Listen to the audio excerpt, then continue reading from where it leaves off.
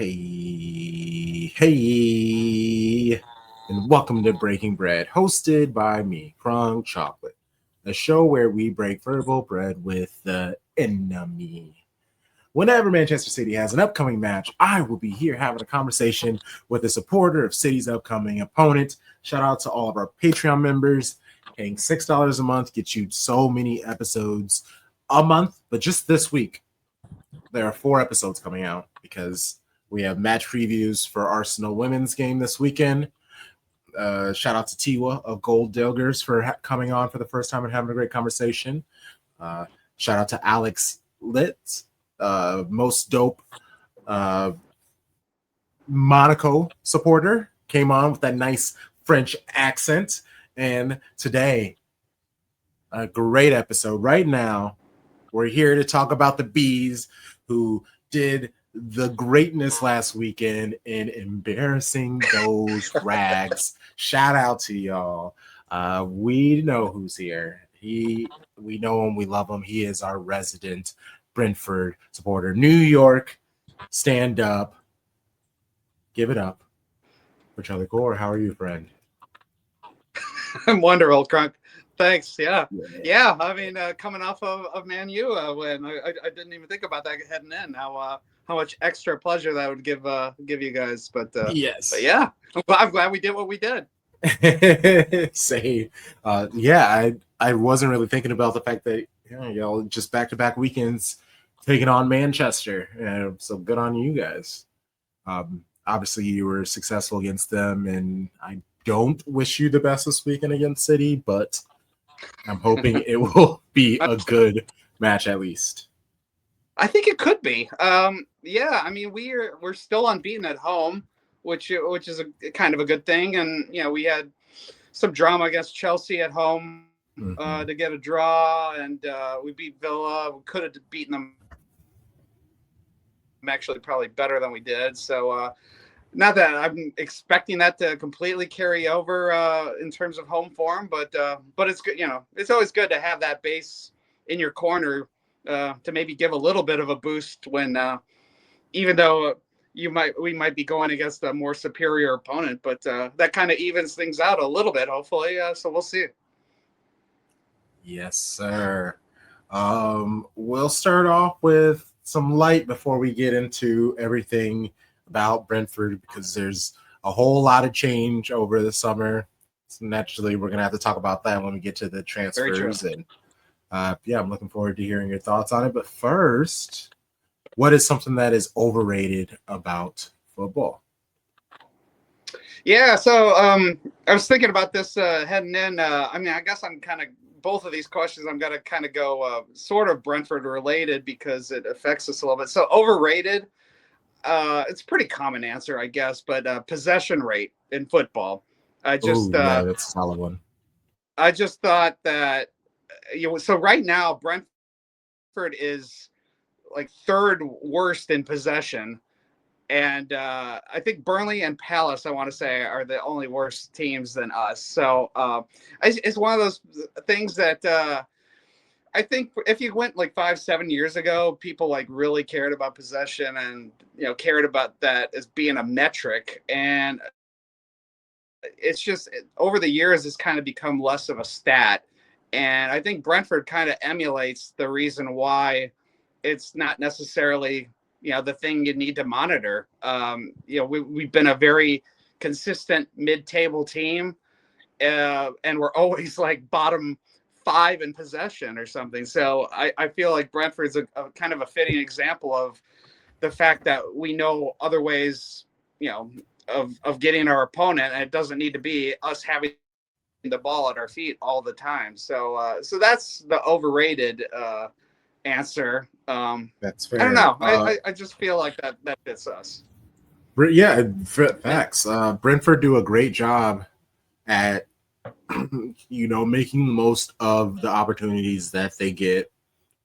In Bomo, like your players that have left over the summer, they were key to that, and so now we have these new set of people, and they're figuring that out. I mean, City have learned the hard way about the possession game against Brentford.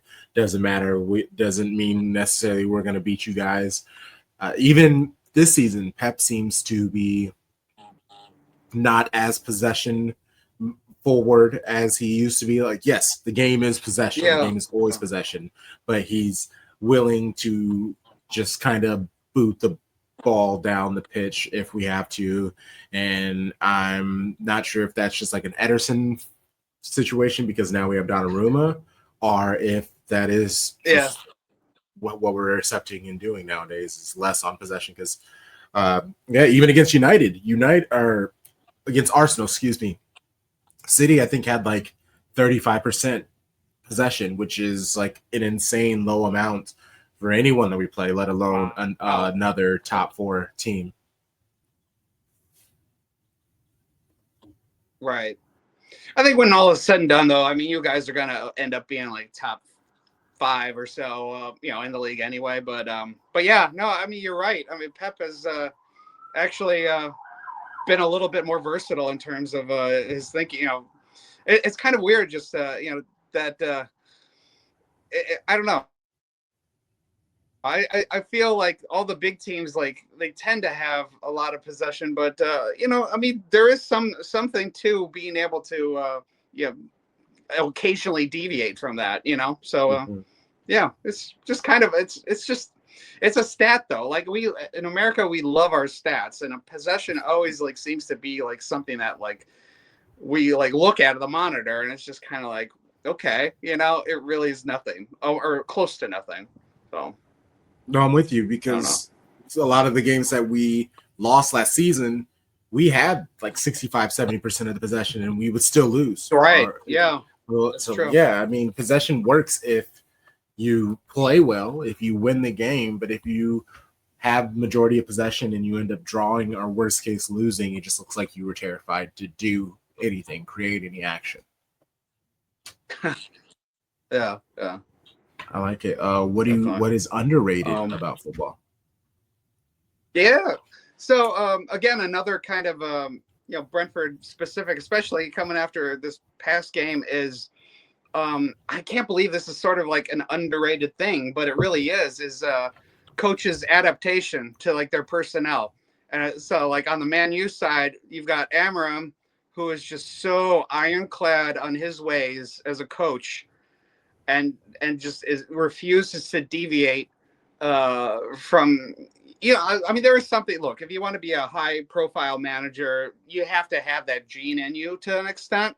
But if you want success, you kind of have to on occasion go against the grain. And I just feel like last week was a perfect example of a team that absolutely sticks to one way of playing and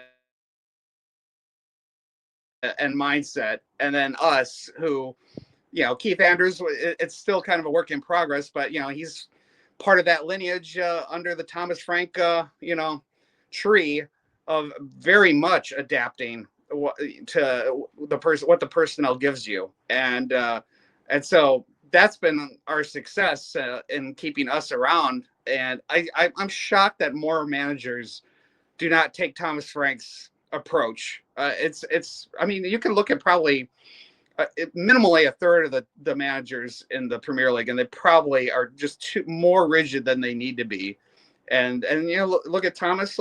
He's off to a great start at Spurs, and there is something to being able to go in with kind of an open canvas. And I wish more coaches kind of took that approach, because I think ultimately you're going to have more success that way. Yeah, and I think what every great manager has is an attention to detail, but it's in their own way. Whereas like Pep's attention to detail is through the possession. Like, that's how they score. That's how they play defense, is by possession in itself, but how they keep possession, the diamonds, the triangles, midfielders dropping back to help the defense. Like, there are particularities that makes his details work. Where like Thomas Frank, Yeah, he gets every player to buy in to his style. He's sure your team is going to be very defensive. They're going to be knowledgeable. They're going to know exactly where to be, where to expect their players to be, and then set pieces. Like from there, Oh yeah, there's like ups and downs. He always sets you up to play your hardest, know where